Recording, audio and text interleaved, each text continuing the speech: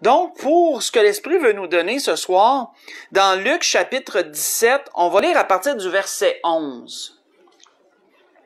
Dans l'Évangile selon Luc, chapitre 17.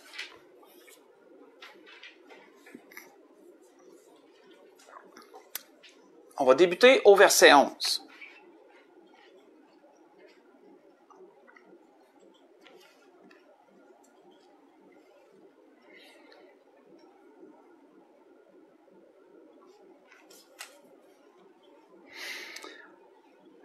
On voit qu'il nous est raconté ici par Luc une période, un fait, je veux dire une situation que notre Seigneur a vécue, une parmi tant d'autres, lors de son passage ici-bas.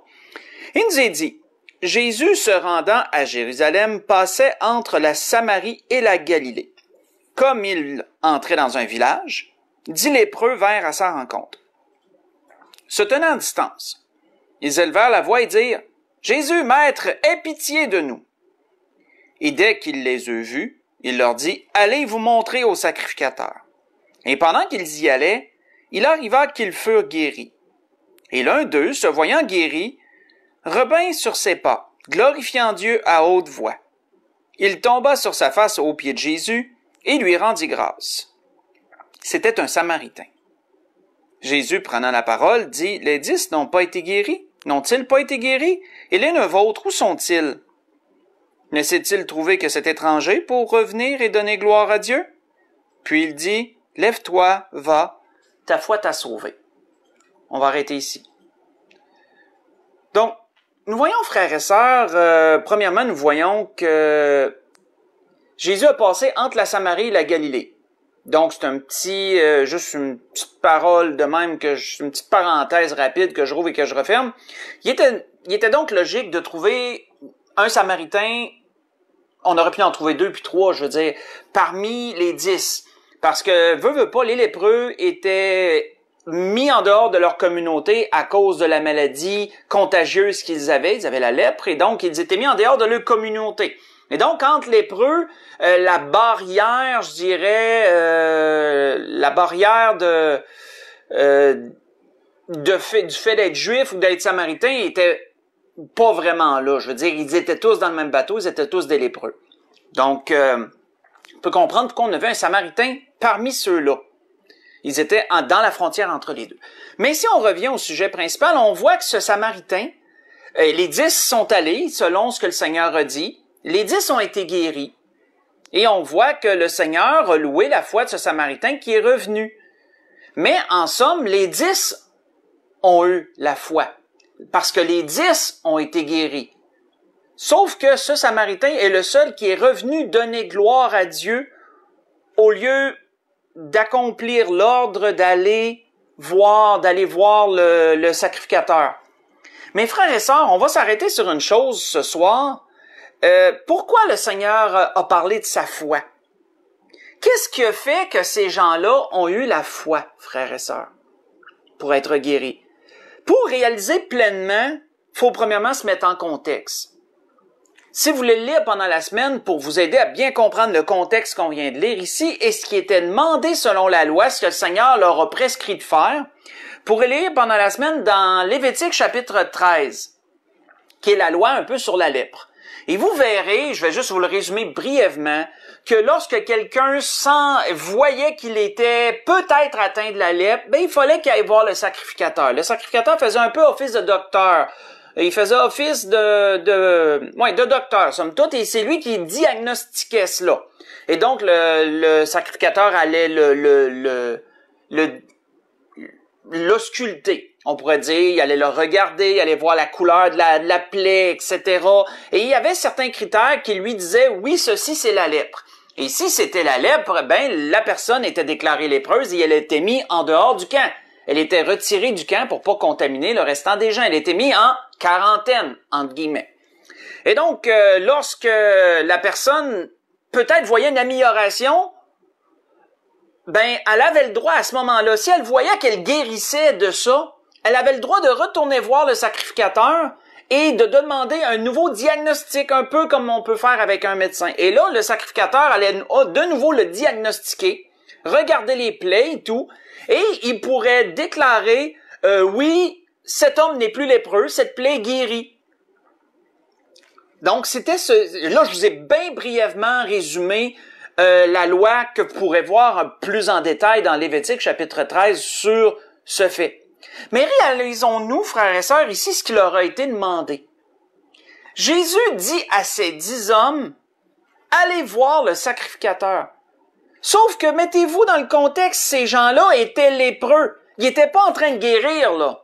Ces gens-là étaient vraiment lépreux, je veux dire que la lèpre était présente et elle ne semblait pas guérir pour qu'ils puissent aller voir le sacrificateur et dire, regardez-nous, notre lèpre est guérie ou elle est en train de guérir, on veut avoir un nouveau diagnostic.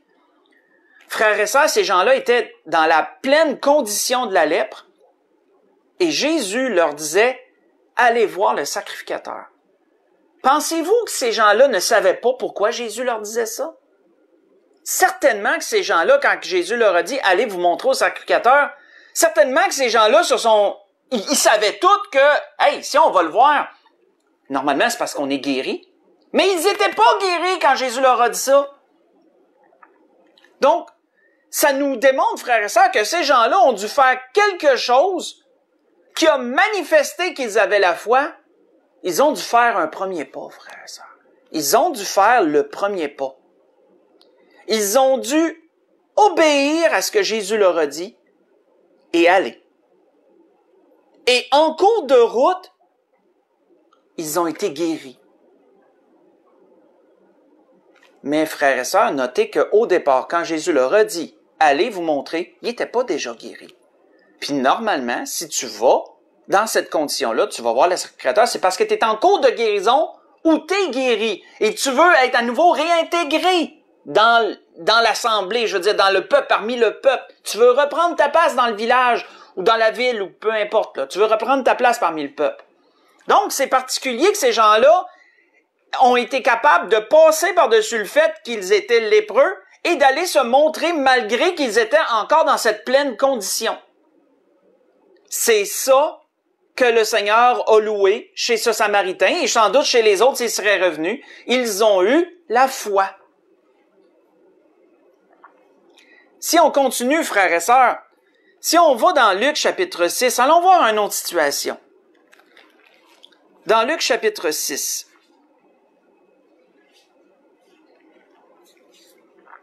Dans Luc chapitre 6, on va lire du verset 6 au verset 10.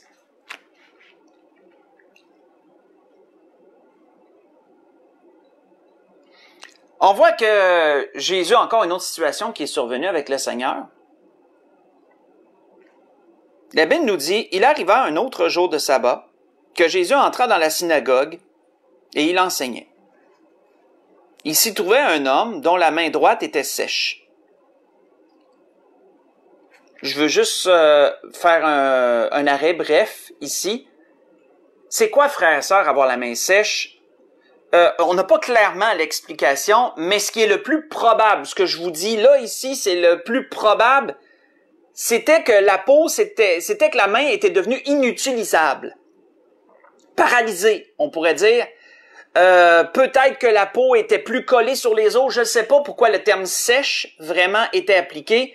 Sauf que qu'est-ce qui nous est démontré clairement, c'était que cet homme ne pouvait plus utiliser sa main et sans doute une partie de son bras.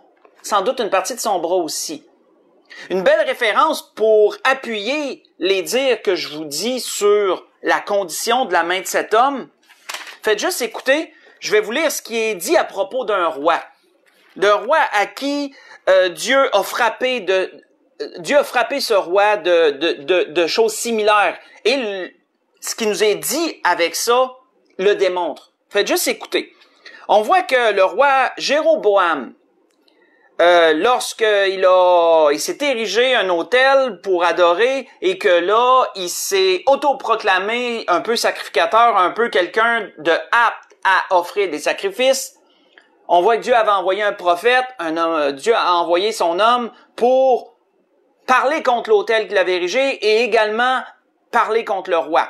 Disons, de parler au nom de l'Éternel au roi. Et on voit qu'il est dit que lorsque le roi entendit la parole de l'homme de Dieu avait crié contre l'autel de Béthel, il avança la main de dessus l'autel en disant « Saisissez-le ». Et la main de Jéroboam, la main que Jéroboam avait étendue contre lui devint sèche. Donc voyez-vous qu'il a fait ça, saisissez-le, et sa main est devenue sèche, que la Bible nous dit. Et qu'est-ce qu'il nous est dit par la suite? Il ne put plus, sa main, c'est là, et la main devint sèche, et il ne put plus la ramener à lui. Donc, voyez-vous, il y a eu la main sèche, mais en plus de ça, sûrement qu'une partie de son bras est impactée parce qu'il pouvait plus ramener sa main à lui. Il pouvait même pas pu ramener son bras comme ça. Il était comme un peu le bras poigné comme ça, de ce qu'on comprend. Alors, on voit que plus tard, alors le roi prit la parole et dit à l'homme de Dieu, « Implore l'Éternel ton Dieu et prie pour moi afin que je puisse retirer ma main. » Et l'homme de Dieu implora l'Éternel et le roi put retirer sa main qui fut comme auparavant. Donc, on voit ça dans 1er Roi 13. J'ai lu le verset 4 et j'ai lu le verset 6. Donc, juste une petite référence pour nous montrer un peu quelle était la condition de l'homme dans la synagogue. Il avait la main sèche. On peut associer ces symptômes à ceux que Jéroboam, il a été dit à propos de Jéroboam quand il a reçu cela, quand Dieu l'a puni de cette façon. Et là, je suis pas en train de dire que l'homme ici était puni de Dieu, celui qui était dans la synagogue. Là. Comprenez vraiment que la référence était pour les symptômes. C'est quoi avoir la main sèche? Qu'est-ce que ça l'apportait? On voit que, qu'est-ce qu'il nous est dit ici? Si on lit au verset 7. Les scribes et les pharisiens observaient Jésus pour voir s'il faisait une guérison le jour du sabbat. C'était afin de pouvoir l'accuser. Je méditais là-dessus, puis je me disais, il devait y avoir toute une atmosphère dans cette synagogue-là. Hein? Jésus qui enseignait, les scribes et les pharisiens qui ziotent, mais pas qu'ils ziotent parce qu'ils boivent ses paroles ou ils veulent en entendre plus. Ils ziotent afin de pouvoir l'accuser. Il devait y avoir toute une atmosphère dans la synagogue, ça devait être quelque chose. Il devait être quelque chose de lourd. À cause des pharisiens et des scribes présents, ça devait être assez lourd. Mais il connaissait leurs pensées. Et il dit à l'homme qui avait la main sèche, « Lève-toi et tiens-toi là au milieu. » Il se leva et se tint au milieu. Ça devait être malaisant d'être mis sur le spot comme ça, là. Parce que, frères et sœurs, dites-vous que cet homme-là, là, mettez-vous en contexte. Quelqu'un qui avait la main sèche, ça veut dire qu'il avait seulement une main valide. Quel genre de travail pensez-vous qu'un homme qui avait qu'une main valide pouvait faire à l'époque quand tout était manuel? Ça devait être humiliant d'avoir seulement une main valide. Ça devait être difficile de pourvoir aux besoins s'il y avait une famille. La Bible ne nous le dit même pas. Mais ça devait pas être évident de pourvoir à ses besoins avec seulement une main valide. Ça devait être quelque chose. Ça devait être un homme qui ça ne tentait pas bien d'être au milieu de tout le monde. Hein? Puis Jésus l'a pris. Il lui a dit, viens et tiens-toi là au milieu devant tout le monde. C'est quelque chose. Ensuite, qu'est-ce qui est dit? Jésus leur dit, je vous demande s'il est permis le jour du sabbat de faire du bien ou de faire du mal, de sauver une personne ou de la tuer. Alors, promenant ses regards sur eux tous, il dit à l'homme, étends ta main. Il le fit et sa main fut guérie. Ils furent tous remplis de fureur, les scribes et les pharisiens probablement, et ils se consultèrent pour savoir ce qu'ils feraient à Jésus. Mais notez ce que Jésus a demandé à cet homme, frères et sœurs. Étends ta main. Vous souvenez-vous ce qui était arrivé à Jéroboam? Vous souvenez-vous que Jéroboam, sa main a été sèche pendant qu'il l'avait comme ça. Il ne pouvait plus la ramener à lui.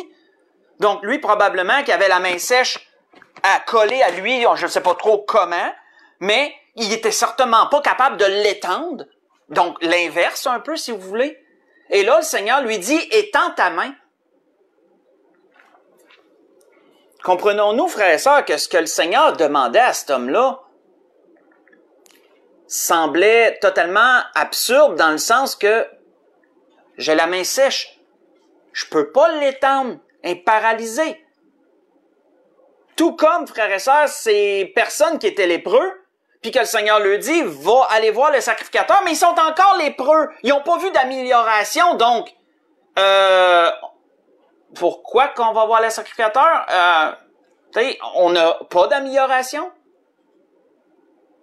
Mais qu'est-ce que la Bible nous dit, frères et sœurs? Cet homme, tout comme les lépreux, il a su mobiliser ses pensées et il a obéi à ce que le Seigneur lui a dit. Il a fait le premier pas, frères et sœurs. Il a fait ce que Jésus lui demandait. Et la Bible nous dit quoi? Il fut guéri, comme les lépreux furent guéris, parce qu'ils se sont mobilisés à obéir à ce que le Seigneur leur avait dit. Et le mot mobiliser est important, frères et sœurs. Mobiliser, selon le dictionnaire, veut dire rassembler et structurer, se rassembler et se structurer en vue d'une action. Donc, quand tu te mobilises, là, c'est que tu vas comment je pourrais dire, tu vas te convaincre, tu vas vraiment t'affirmer à faire une chose. Si je mobilise mes pensées à aller tondre la pelouse, mettons, parce que j'aime pas ça, mettons, mais ça veut dire que je vais me préparer mentalement. Ça, c'est l'expression qu'on entend souvent, frère, ça, se préparer mentalement. Ben, les gens à qui le Seigneur a demandé quelque chose, ils ont dû se préparer mentalement. Rapidement, certes, mais se sont préparés quand même. Cet homme a dû se mobiliser ses pensées et dire, bon, je dois lever ma main. Le Seigneur me demande de lever ma main, je dois lever ma main. Il a levé sa main. Ces gens-là, qui étaient lépreux, ont certainement se sont dit, bon, on doit aller voir le sacrificateur malgré qu'on est encore lépreux. Donc, tu mets des barrières, là, puis tu dis, je dois aller voir le sacrificateur malgré que j'ai encore lépreux. Le Seigneur me le dit, je le fais. Et ils sont guéris. Un premier pas, frères et sœurs, si on veut le reconnaître, va toujours comprendre cette pensée de se mobiliser sur ce qui a été dit. Si on veut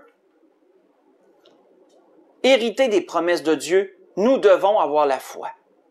Pas la première fois qu'on se le fait dire. Si nous voulons faire le premier pas, parce que le Seigneur va toujours nous le demander, ça. Il va toujours nous demander de faire le premier pas. Le Seigneur ne nous donnera pas d'assurance, peut-être dans des conditions très spéciales, mais habituellement, le Seigneur ne nous donnera pas d'assurance avant qu'on ait obéi. Sauf sa parole, là. Sauf sa parole. Il nous donnera pas d'avance quelque chose s'il nous demande d'avoir la foi puis de croire, parce que ça serait plus de la foi si le Seigneur nous le donnait à l'avance. Ça ne serait plus la foi. Parce que le principe de la foi, je vous ramène dans Hébreux 11, verset 1, c'est de croire sans voir. C'est de croire sans voir. Dans les deux cas, frères et sœurs, Jésus leur a demandé quelque chose d'absurde. Que ce soit aux lépreux, que ce soit à cette personne, Jésus leur a demandé quelque chose qui semblait absurde, quelque chose qui ne semblait pas possible. Mais ils l'ont fait, ils ont fait le premier pas. Ils se sont mobilisés et ils ont fait ce que Jésus leur a demandé. Et Jésus les a bénis. Si vous voulez voir un autre cas pendant la semaine, ben c'est toujours intéressant de retourner voir le cas dans Luc chapitre 4.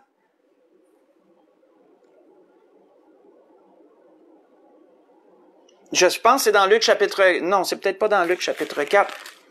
C'est les gens qui ont apporté Non, c'est pas dans Luc chapitre 4. Il est toujours intéressant de retourner voir le cas du paralytique. Oui, c'est ça, c'est toujours dans Luc 5, verset 17. On le lira pas, là. Mais si vous voulez lire du verset 17 jusqu'au verset 26, c'est toujours intéressant, frères et sœurs, aussi d'aller voir ce cas-là, parce qu'il est similaire. Il est aussi pire que les deux autres. Pourquoi? Parce que Jésus a dit à cet homme paralytique qui avait été attaché à son lit pour le descendre du toit, qui avait été déposé au milieu, il s'est certainement plus attaché lorsque Jésus lui a dit « Lève-toi », sauf qu'il était paralytique, il était complètement couché au lit, il ne pouvait pas se lever, puis Jésus lui demande de se lever. Donc, voyez-vous l'absurdité de la chose? Sauf que cet homme-là, il a fallu qu'il se mobilise. Il a fallu qu'il se mobilise, puis qu'il se dise « Seigneur me demande de me lever, je dois me lever ». Et la Bible nous dit qu'il s'est levé. Il a été guéri de sa paralysie. Il a pris son lit, l'objet qui le transportait, l'objet de sa paralysie, il a pris son lit et il s'en est allé. Frères et sœurs, le Seigneur veut nous dire quelque chose. Le Seigneur veut réaffirmer quelque chose ce soir. Dans tous ces cas-là, qu'est-ce que ces gens-là ont dû faire? Faites juste écouter, Pierre le dit. Pierre, un jour, l'a dit au Seigneur. Ce que tous ces gens-là ont dû faire. Outre se mobiliser, là, juste avant, on pourrait dire, juste avant de se mobiliser, là, ils ont dû faire ce que Pierre a dit. Faites juste écouter. On voit que lorsque le Seigneur a demandé à Pierre d'avancer en pleine eau et de jeter le filet dans Luc 5, pas besoin de se tourner. Là, la pêche miraculeuse, là. Lorsque le Seigneur leur a dit d'aller en pleine eau et de jeter le filet, qu'est-ce que Pierre, après avoir argumenté avec le Seigneur, qu'est-ce que Pierre a dit? Sur ta parole, je jetterai le filet. Ben, frères et sœurs, tous les exemples qu'on vient de lire, que ce soit les lépreux, que ce soit l'homme qui avait la main sèche, que ce soit l'homme paralysé, le paralytique que j'ai mentionné, ces gens-là ont tous dû prendre Jésus au mot. Ils ont tous dû se dire, sur ta parole, je vais le faire. Et la mobilisation de la pensée, de la coordination et des actions qu'ils ont portées est venue par la suite. Mais ça, c'est la première chose qu'ils se sont dit, sur sa parole, je vais le faire. Ils ont pris Jésus au mot et ils ont agi en fonction de ce qu'il avait dit. Et ils ont tous été guéris. Et à tous ces gens-là a été dit qu'ils avaient eu la foi. C'est pas pour rien, frères et sœurs. C'est pas pour rien. Si on tourne dans les Actes, tournons dans les Actes au chapitre 14.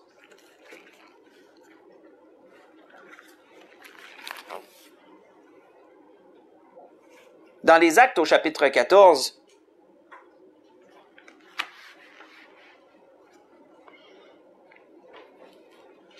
si on lit à partir du verset 8, qu'est-ce qui nous est dit dans les Actes chapitre 14 à partir du verset 8? Une situation que l'apôtre Paul a vécue. Mais vous allez voir combien c'est similaire. Mais il y a un commentaire intéressant ici qu'on doit soulever. Il est dit à Lystre, se tenait assis un homme impotent des pieds. Impotent, juste faire une parenthèse, là, selon le dictionnaire, quelqu'un d'impotent, je l'ai noté, impotent qui est infirme, privé du mouvement, privé de l'usage d'un membre ou de plusieurs. Ici, il est impotent des pieds, ça veut dire que il est privé de l'usage de ses pieds. Il n'est pas vraiment capable de marcher. Donc, impotent des pieds, boiteux de naissance. Donc, voyez-vous que ses pieds ne fonctionnent pas bien. Et qu'il n'avait jamais marché. Donc, ça vous le dit clairement, là. Boiteux de naissance, qui n'avait jamais marché. Il écoutait parler Paul. Et Paul, fixant les regards sur lui, et voyant qu'il avait la foi pour être guéri, dit d'une voix forte, « Lève-toi droit sur tes pieds. » Et il se leva d'un bond et marcha. Avons-nous pris connaissance de ce qu'on vient de lire? Paul, voyant qu'il avait la foi pour être guéri, qu'est-ce qui était si évident chez cet homme-là pour que Paul dise, voyant qu'il avait la foi pour être guéri? Parce qu'il était assis, il n'y avait pas... Mes frères et sœurs, Paul était capable de discerner, certainement dans la façon d'agir de cette personne-là, qui le regardait, qui buvait ses paroles, parce qu'il l'écoutait, la Bible nous le dit. Paul a certainement été capable de voir dans ses yeux, dans sa personne, quelqu'un qui était prêt à prendre Jésus au mot. Quelqu'un qui était prêt à se dire, sur ta parole, je vais le faire, là. Quelqu'un qui était prêt à faire le premier pas de la foi. C'est pour ça que la Bible nous dit que Paul, qui a vu que cet homme-là avait la foi pour être guéri, quand quelqu'un croit à ce que Jésus lui dit, ça se voit, frères et sœurs. Ça peut se voir avant même qu'il agisse, ça peut se voir. Ça se voit dans ses yeux, ça se voit dans sa face, ça se voit dans sa façon, dans sa posture, dans sa façon d'être. Tu sais que cette personne-là, elle croit ce que Jésus dit. Puis quand Paul lui a juste dit, lève-toi, Ben, la Bible nous dit que c'est levé d'un bond. Hey, ça veut dire que la mobilisation s'est faite vite en Titi, là. Ça a été comme une fraction de seconde que cet homme-là, là, il a même pas pris le temps d'y penser, peut-être, ou à peine, là. Il s'est mobilisé bien rapidement. Ça a été comme, certainement qu'il était déjà prêt, lui. Il attendait juste le mot, là. Il attendait juste l'ordre, là. Frères et sœurs, ça, c'est la foi. Croire sans voir, frères et sœurs, implique d'être prêt à faire le premier pas. Sans garantie de la part du Seigneur, outre ce qu'il nous a demandé. Ça implique, frères et sœurs, d'être capable de se dire, sur ta parole, je vais le faire. Est-ce qu'on est capable de prendre Jésus au mot de cette façon-là? Parce que qu'est-ce qui arrive trop souvent? Qu'est-ce qui arrive? Je vais vous lire une citation de ce que Job a dit, puis ça, c'est ça qui nous arrive trop souvent, frères et sœurs. Faites juste écouter, Job a dit un commentaire à un moment donné, mais on peut tellement l'appliquer à la situation que l'Esprit nous dit ce soir. On voit que Job a dit ceci un jour, il dit « Ce que je crains, c'est ce qui m'arrive. Ce que je redoute, c'est ce qui m'atteint. » Si on prend juste ça, là, oui, on va peut-être le sortir du contexte que pour aller lire pendant la semaine si ça vous intéresse, dans Job 3, verset 25 et verset 25. Job 3, verset 25. Même si on le sort du contexte, ça s'applique quand même à ce qu'on voit ce soir. Ce que je redoute, c'est ce que je crains, c'est ce qui m'arrive. Ce que je redoute, c'est ce qui m'atteint.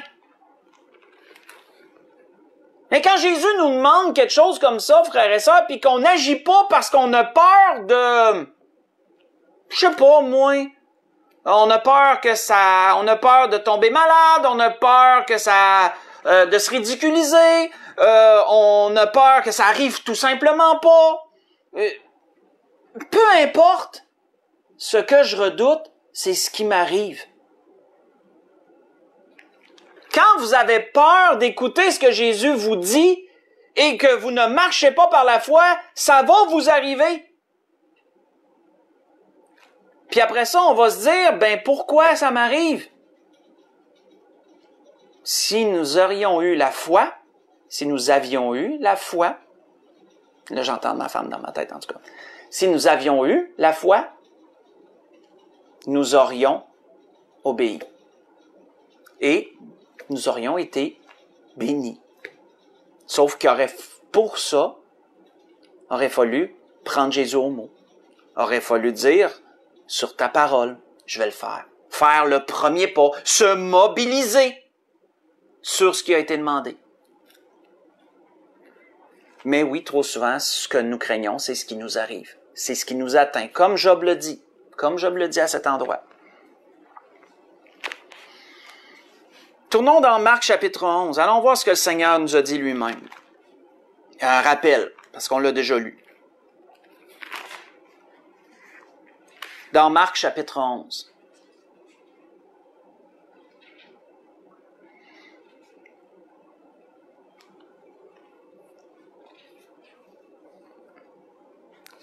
Quand il dit, à partir du verset 22, dans Marc chapitre 11, Jésus prit la parole et leur dit, « Ayez foi en Dieu. » Ça veut dire quoi, frères et sœurs, avoir foi en Dieu?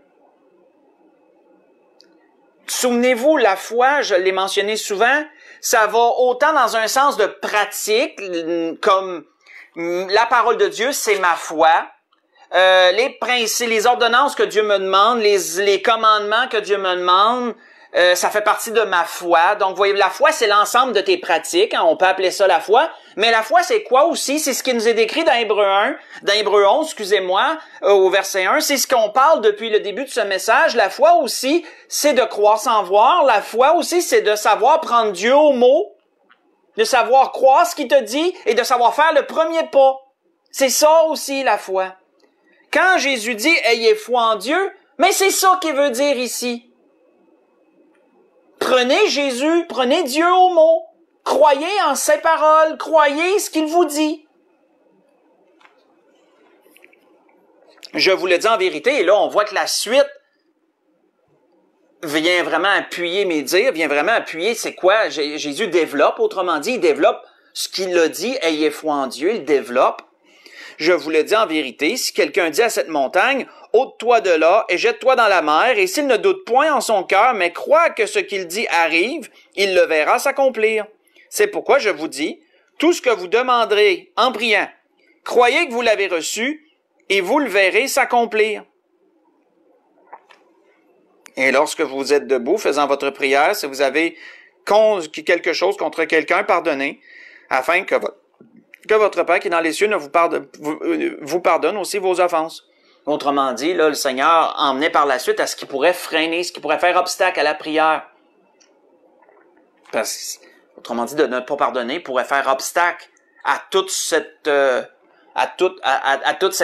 comment je pourrais dire, cette mobilisation-là, ce désir-là d'être béni, puis de prier Dieu pour quelque chose. Tu veux surtout pas qu'il y ait rien qui t'enfarge, mais faut être en paix avec les autres. Pardonner. Mais si on revient à ce que Jésus a développé à propos de la foi, Jésus l'a dit, croyez que vous l'avez reçu, vous le verrez s'accomplir. Croyez que c'est arrivé, vous le verrez. Ben, ça nous démontre, frères et sœurs, qu'il faut savoir voir plus loin que ce que le Seigneur nous demande. Il faut voir la réponse comme si elle était déjà là. Autrement dit, ces lépreux-là, quand ils sont partis, il fallait qu'ils se voient déjà guéris avant même d'arriver au sacrificateur, comprenons-nous? Cet homme-là qui avait la main sèche, il fallait qu'il se voie déjà la main saine quand il l'aurait levé. Le paralytique, il fallait déjà qu'il se voie debout avant de se lever. Et dans tous ces cas,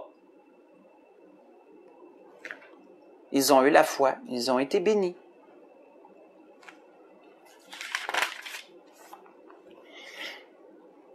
C'est un bref message, mais c'était ça que l'Esprit voulait nous ramener à ça ce soir, frères et sœurs.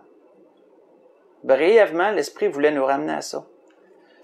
Parce que, frères et sœurs, nous sommes entrés dans des temps, nous sommes entrés dans la dernière heure, avant le retour du Seigneur. On sent que l'étau se resserre. Et l'étau va se resserrer encore plus de bien des façons. Avant que ça se desserre, ça va se resserrer encore. Et la foi n'aura jamais autant pris son sens que maintenant, frères et sœurs. Je dis pas que ça n'avait pas de sens avant, comprenez bien mes paroles, ça a toujours eu du sens. A toujours fallu avoir la foi. Mais il va falloir vraiment qu'elle se manifeste encore plus, là, frères et sœurs. Parce que plus les temps vont avancer, plus des choses vont arriver, selon moi. Et ce que le Seigneur va nous dire pour conclure va prendre encore plus son sens. Allons-y d'ailleurs pour conclure ce que l'Esprit voulait nous donner ce soir. Mais si on résume rapidement, avant d'aller à la conclusion, si on résume rapidement, qu'est-ce que l'Esprit nous a dit ce soir? L'Esprit nous a donné des exemples. 3, 4 exemples même. Si on compte celui de Paul, qui était dans le même sens. Tous ces exemples ont démontré que ces gens-là ont pris Jésus au mot. Ils se sont mobilisés, ils ont su se mobiliser, ils ont su voir d'avance la bénédiction. Comme je vous l'ai mentionné, le lépreux se voyait déjà guéri avant d'être rendu, le paralytique se voyait déjà debout avant de se lever, celui qui avait la main sèche se voyait déjà la main saine avant de lever son bras pour constater qu'elle était saine. Le boiteux que Paul a parlé, certainement se voyait déjà lui aussi debout, avant même de se lever. Ces gens-là ont pris Jésus au mot, ils ont mobilisé leurs pensées à faire ce qui leur a été dit, et ils ont été bénis, et ils ont eu la foi, ça a été manifeste, ils ont eu la foi, frères et sœurs. Nous avons vu, frères et sœurs, à travers de tout ce qu'on a lu, que nous devons faire le premier pas. Nous devons faire le premier pas de la foi. Si on croit vraiment le Seigneur, on va faire le premier pas dans ce qu'il nous demande. Mais le croyons-nous vraiment? Et ça, c'est pas moi qui peux le dire pour vous. Moi, je peux parler pour moi, je peux pas parler pour vous. Mais qu'est-ce qui va rendre témoignage? C'est les actions. C'est ça qui va rendre témoignage si on croit ce que le Seigneur nous dit ou pas. Si on a la foi ou si on l'a pas. Les œuvres de chacun vont faire connaître ça. Dans Luc chapitre 18, pour conclure ce que l'Esprit a voulu nous donner ce soir. Dans Luc chapitre 18, on va lire du verset 1 au verset 8.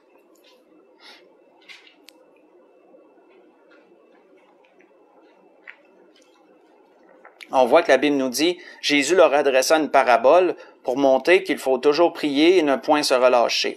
On connaît très bien cette parabole, on va la lire quand même. Il dit, il y avait dans une ville un juge qui ne craignait point Dieu et qui n'avait égard pour personne. Il avait aussi dans cette ville une veuve qui venait lui dire, fais-moi justice de ma partie adverse. Et pendant longtemps, il le refusa. Mais ensuite, il dit en lui-même, quoique je ne craigne point Dieu, que je n'ai d'égard pour personne, néanmoins, parce que cette veuve m'importune, je lui ferai justice, afin qu'elle ne vienne pas sans cesse me casser la tête. Là, ici, frères et sœurs, considérons une chose ici, avant de continuer. Si cette veuve-là a persévéré autant envers ce juge, c'est parce qu'elle voyait déjà qu'elle avait reçu justice. Elle se voyait déjà avoir reçu justice avant d'avoir reçu justice, frères et sœurs. Toujours ce que le Seigneur nous a dit dans Marc 11, là. Toujours la même chose. Elle se voyait déjà d'avance avoir obtenu justice. C'est pour ça qu'elle a été capable de persévérer autant jusqu'à ce qu'elle obtienne justice. Et tout ça fait partie du processus. Il a fallu qu'elle se mobilise à tous les jours, puis à tous les jours, avec patience, retourner voir ce juge-là, sans lui crier des bêtises, parce qu'elle n'aurait même pas été admise envers ce juge-là. Elle n'aurait même pas pu être admise. Donc, elle a dû toujours se mobiliser dans la paix, dans le calme, dans l'amour, et toujours aller plaider sa cause, tout le temps, encore et encore.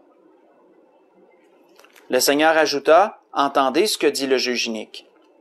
Et Dieu ne fera-t-il pas justice à ses élus, qui crient à lui jour et nuit, et tardera-t-il à leur égard? Je vous le dis, il leur fera promptement justice, mais quand le Fils de l'homme viendra, trouvera-t-il la foi sur la terre? » Frères et sœurs, on en a parlé souvent, mais l'Esprit nous le rappelle ce soir. Est-ce que le Seigneur va trouver dans la dernière heure où qu'on est rendu, là? On est dans la dernière heure, frères et sœurs. Est-ce que le Seigneur va trouver encore des gens qui ont la foi? Ça ne veut pas dire des gens qui croient en lui, là. Oui, on peut l'appliquer à ce sens-là. Mais on peut l'appliquer au sens, est-ce que le Seigneur va trouver des gens qui le prennent au mot, encore en 2020? Dans les crises qu'on vit, puis c'est pas fini. Est-ce qu'on va encore trouver des gens qui prennent Dieu, Jésus, au mot? On va se trouver des gens qui vont faire encore des premiers pas de foi. On va trouver des gens encore qui vont être capables de se mobiliser puis pour obéir à ce que Jésus a demandé. C'est pas pour rien, frères et sœurs, qu'il a été dit à Abraham, il a été dit à propos d'Abraham, Abraham est l'exemple de foi cité par Jacques. On n'ira pas dans cet endroit-là. Mais qu'est-ce qu'il a dit? Il a été dit à propos d'Abraham. Abraham crut à Dieu et cela lui fut imputé à justice. Pourquoi Abraham crut à Dieu? À cause de tout ce qu'on vient de parler ce soir. Tout ce qu'on a mentionné ce soir, vous pouvez le voir à travers la vie d'Abraham. Vous allez voir qu'Abraham a fait un premier pas de la foi. Il s'est mobilisé. Il a pris Dieu au mot. Il s'est mobilisé. Il a fait le premier pas. Il a vu d'avance ce qui était même pas encore là. C'est ce qu'il nous est dit dans Hébreux 11 à propos d'Abraham. Et c'est pas pour rien que son exemple a été repris par Luc, a été repris par Paul, il a été repris par Paul, il a été repris par Jacques. Parce que ça a été un grand exemple de foi. Ce que l'Esprit voulait nous dire, c'est ce que l'Esprit voulait nous dire ce soir, frères et sœurs. Et la grâce que je nous souhaite à tous, c'est que nous puissions, encore en 2020, dans la dernière heure où le Seigneur reviendra bientôt chercher son Église, que nous puissions manifester que nous sommes des gens qui avons la foi. Que nous puissions manifester que nous sommes des gens qui sont capables de croire ce que le Seigneur nous dit. Et qui laissent la peur de côté, de peu importe ce qu'il nous demande. Qu'on laisse la peur de côté, parce que si on laisse la peur nous dominer, c'est plus de la foi, c'est de l'incrédulité, ça. Ça, c'est de l'incrédulité, c'est le contraire de la foi. La peur nous empêche de croire. Mais quand on se mobilise, là, la peur, on l'enferme dehors. Là. On se fait une muraille alentour de notre objectif. Là. Quand tu sais ça, mobiliser ses pensées, frères et sœurs, tu te fais une muraille, tu laisses rien d'extérieur venir t'empêcher de faire. Tu rassembles tes idées, tes pensées, tu dis « je fais ça ». Et il y a une muraille alentour de ça, là, de sorte que ça soit la peur, que ça soit peu importe qui vienne alentour essayer de changer ça, ça peut plus être changé, c'est en dehors des murailles. Il va falloir savoir se mobiliser, frères et sœurs, personnellement, intimement. Si on veut avoir la bénédiction dans les temps où on est rendu, on va encore devoir manifester qu'on a la foi. Et c'était ça que l'Esprit voulait nous ramener. Ce soir, je vous souhaite à tout le monde un bon restant de semaine. Et on se revoit, du moins, l'Église de l'Espérance, on se revoit dimanche. Et si quelqu'un d'autre nous écoute, ben je vous dis à bientôt. J'espère qu'on va pouvoir avoir la chance de se voir en personne à un autre moment donné. Bon restant de semaine à tout le monde et que le Seigneur vous bénisse.